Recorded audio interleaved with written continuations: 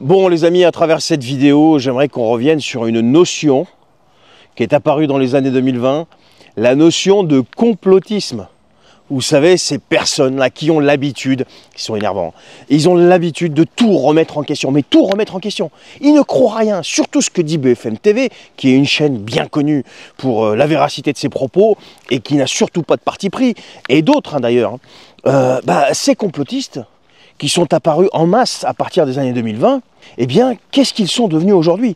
Et est-ce que le fait d'avoir remis en cause tout un tas de trucs à partir de ces années-là, c'était vraiment du complotisme? Ou c'était prémonitoire, ou ils étaient visionnaires les mecs?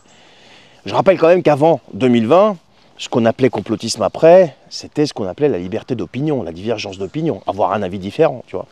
Et ces complotistes sont détestés, pourquoi? Parce qu'ils ont une habitude, mais qui est terrible, qui est d'utiliser leur cerveau. Ils sont toujours en train d'utiliser leur cerveau, quoi. De réfléchir avec leur cerveau, et pas avec la télé. Voilà. Donc en fait, c'est des mecs qui ont l'habitude, et qui ont de plus en plus l'habitude d'éteindre la télé et d'allumer leur cerveau. Alors ça dérange. Et là, on va voir dans cette vidéo, j'ai repris quelques points qu'ils ont eu, mais l'impudence de remettre en question, et on va voir s'ils avaient raison, s'ils avaient tort. Je vais vous citer des phrases, et libre à vous de trouver, de me dire, de répondre, si vous voulez bien en commentaire par exemple, s'ils avaient raison ou s'ils avaient tort.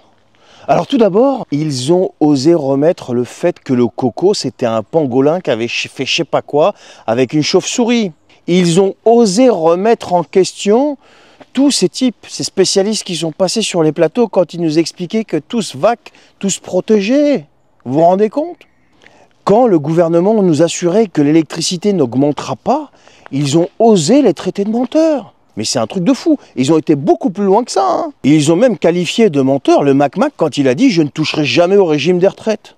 Et Nono le Dilaté quand il expliquait que l'économie française se porte bien et que la France s'en sort mieux que tous ses voisins européens. Ils ont osé expliquer que non, en fait, il dit l'inverse de tout. Ils ont osé remettre ça en question aussi. Et puis, ils ont même fait de l'ingérence aux États-Unis, parce qu'ils ont osé remettre en question le fait que tout le monde disait que Joe Biden avait toute sa tête. Ben ouais, et là c'est de l'ingérence et ça se fait pas. Et il n'y a pas que ça, parce qu'ils ont aussi osé remettre en question ce qu'a dit Bruno Le Maire à l'époque quand il a dit on va mettre l'économie russe à genoux.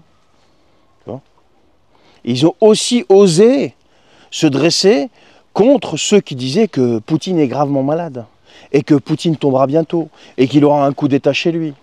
Et ils ont aussi osé se dresser contre le président de la République quand en 2017, il promettait que plus personne ne dormirait dans la rue à la fin de son premier mandat. Et le comble de la mauvaise foi, ça a été dernièrement pendant les JO, quand ils ont remis dernièrement en question les paroles d'Anne Hidalgo, quand elle disait que la Seine était baignable. Et elle leur a démontré en sautant dans la Seine.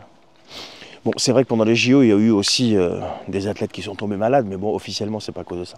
Donc maintenant, libre à vous de me dire si ces gens-là avaient raison de se dresser contre tout ça, de remettre tout ça en question. Qu'est-ce que vous en pensez de ces complotistes? Ils avaient raison ou ils avaient tort quand ils s'opposaient à tout ça et qu'ils remettaient tout ça en question? Dites-le moi en commentaire.